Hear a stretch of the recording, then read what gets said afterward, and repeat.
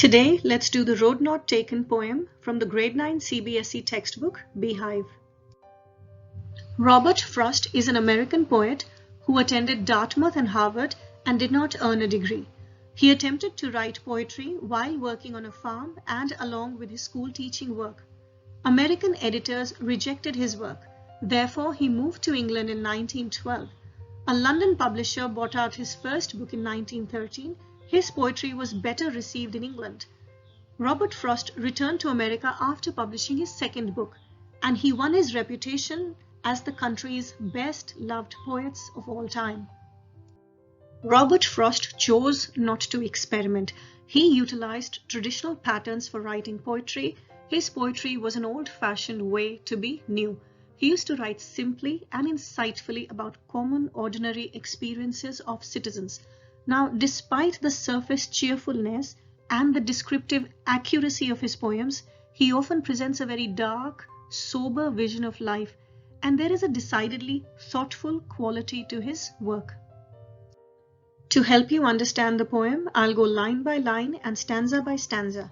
Now, the first stanza is that two roads diverged in a yellow wood, and sorry I could not travel both, and be one traveller long I stood, and looked down one as far as I could to where it bent in the undergrowth. I'd like you to pay attention to the picture on the right. Now what happens is that the poet arrives at a fork in a forest road in autumn. When the roads are diverging, it means there's a fork in the road. And if it's a yellow wood or a yellow forest, it means that the leaves have turned all yellow, so it's the season of autumn. And of course, you have only one traveler, so the lone, solitary traveler could not travel or go down both the paths. So he needed to make a choice regarding the road which he would take. So the traveler takes a long time to evaluate the two options. The poet looked down one road as far as he could see until it disappears in the dense undergrowth or the thick shrubs of the forest. Then took the other, just as fair, and having perhaps the better claim, because it was grassy and wanted wear, though as for that the passing there had worn them really about the same. In this stanza, the poet decides to take the other or the second road, which is just as fair. In this sentence, both the roads or the choices appear to be equally good. However, in the second sentence, the poet states that the second road has a better claim to be chosen as it was grassy, meaning less people had walked there, and wanted wear, meaning that it needed to be walked upon to wear it down. For example, if we have an old pair of shoes or old tires on a car, we see that after some time they get worn out. So in the last two lines of this stanza, the poet says that the people who had passed by that area up to that point had worn the two roads nearly about the same.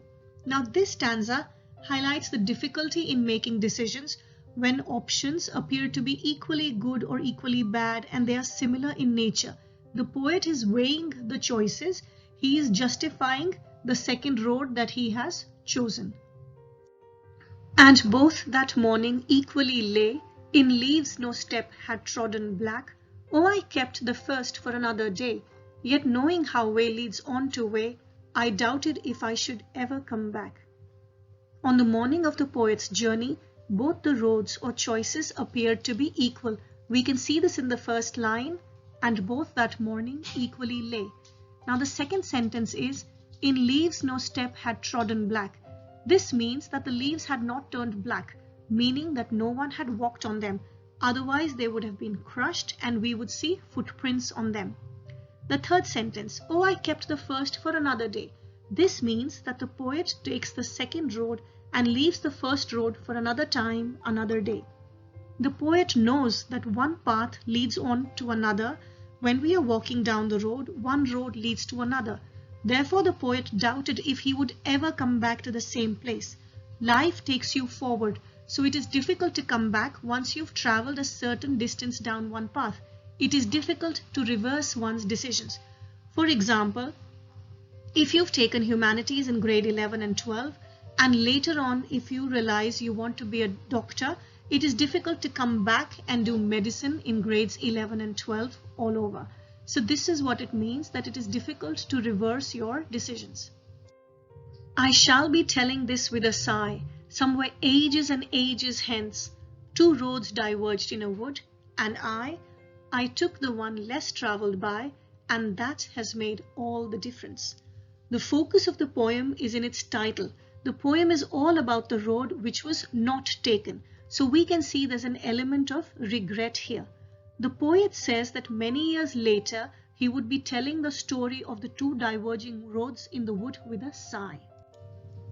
A sigh is when we exhale a long, deep breath, which can express a bit of relief or sadness. There is a tinge of regret in this line regarding the road that the poet could have taken but did not, the life he could have led but did not. The poet took the road less travelled by, meaning that not many people went down that path. This could mean that the poet chose a difficult path which he would regret later on. The first road that he had left for another day could signify an easier, rewarding life with luxuries. However, the poet took the road which less people took, and that is what has shaped the poet's life. The poet's life has been different to what it could have been because of his choice and decision. A quick recap of the main points of the poem, The Road Not Taken.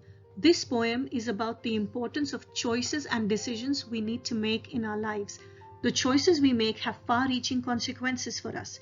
Now, the two diverging roads are a metaphor for life itself.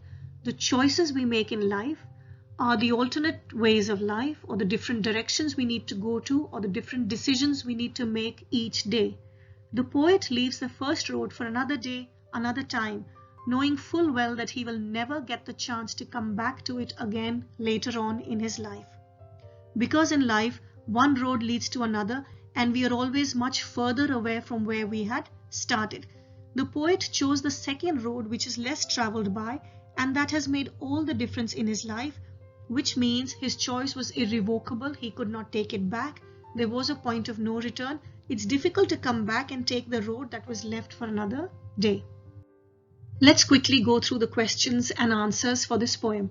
Where does the traveller find himself? What problem does he face? The traveller finds himself at a fork in a wood in autumn. He faces the challenge of choosing between the two diverging roads. He needs to decide which one he would take, as that would impact his life. Discuss what these phrases mean to you. A yellow wood means a forest in autumn. It was grassy and wanted wear. The grassy path had not been trodden upon and needed wear. The passing there, the people who had passed by that area. Leaves no step had trodden black. The leaves had not been walked upon. There were no footprints on the leaves. How way leads on to way. A path usually leads to another as we move forward. Is there any difference between the two roads as the poet describes them in stanzas 2 and 3? Now, there is a slight difference in the way the poet describes the two roads in stanzas 2 and 3. The poet begins stanza 2 by mentioning that the other road appeared just as fair as the first one, implying that the roads appear similar at first glance. However, the poet justifies his choice to take the second road by stating that it had a better claim to be chosen, as it was grassy, appeared to be less travelled upon, and needed wear. In the third stanza, both the roads appear equal, and both that morning equally lay. The slight difference in the description of the two roads in stanzas 2 and 3 highlights the difficulty in decision-making faced by the poet, especially when the choices appear almost similar. In stanzas 2 and 3, we see that first the poet finds that the roads are almost similar. Then he goes on to say that one road has a better claim on the other, as it has been less walked upon. And again, he feels that they're almost equal. So we see there's a bit of back and forth going on here, and the poet is confused, but he still goes for the second road. Is there any difference between the two roads as the poet describes them in the last two lines of the poem?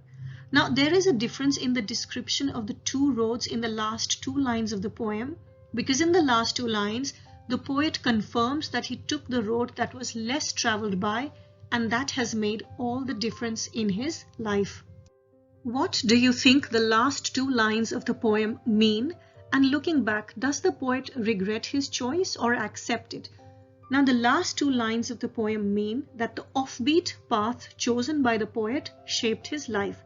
The road less traveled by could signify an unpopular or difficult route taken by the poet. The choices and decisions we make in our lives shape our destiny. Looking back, it appears that the poet accepts his choice, however, with a tinge of regret. The word offbeat means that it is a path which is less commonly chosen. Have you ever had to make a difficult choice, or do you think you will have difficult choices to make? How will you make the choice? For what reasons? Now you can answer this based on your experiences. I'm just giving you a sample answer. I will have to make a difficult choice at the end of grade 10 to decide the subject stream that I will pursue. I would need to make this choice carefully as it would impact my future academic and professional career.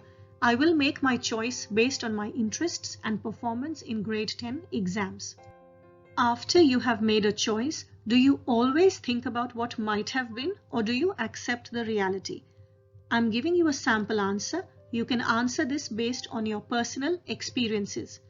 Once I have made a choice, after carefully considering all options, I do not always think about what might have been, as that can cause stress and not serve any purpose. I support my choice and decision and accept the reality. Thank you so much for watching. If you have any questions, suggestions and recommendations, do let me know. And even if you want any particular content that you want me to cover, hope this has helped you with the poem The Road Not Taken. You can subscribe to the channel for new content. And thank you so much once again, and good luck for your studies.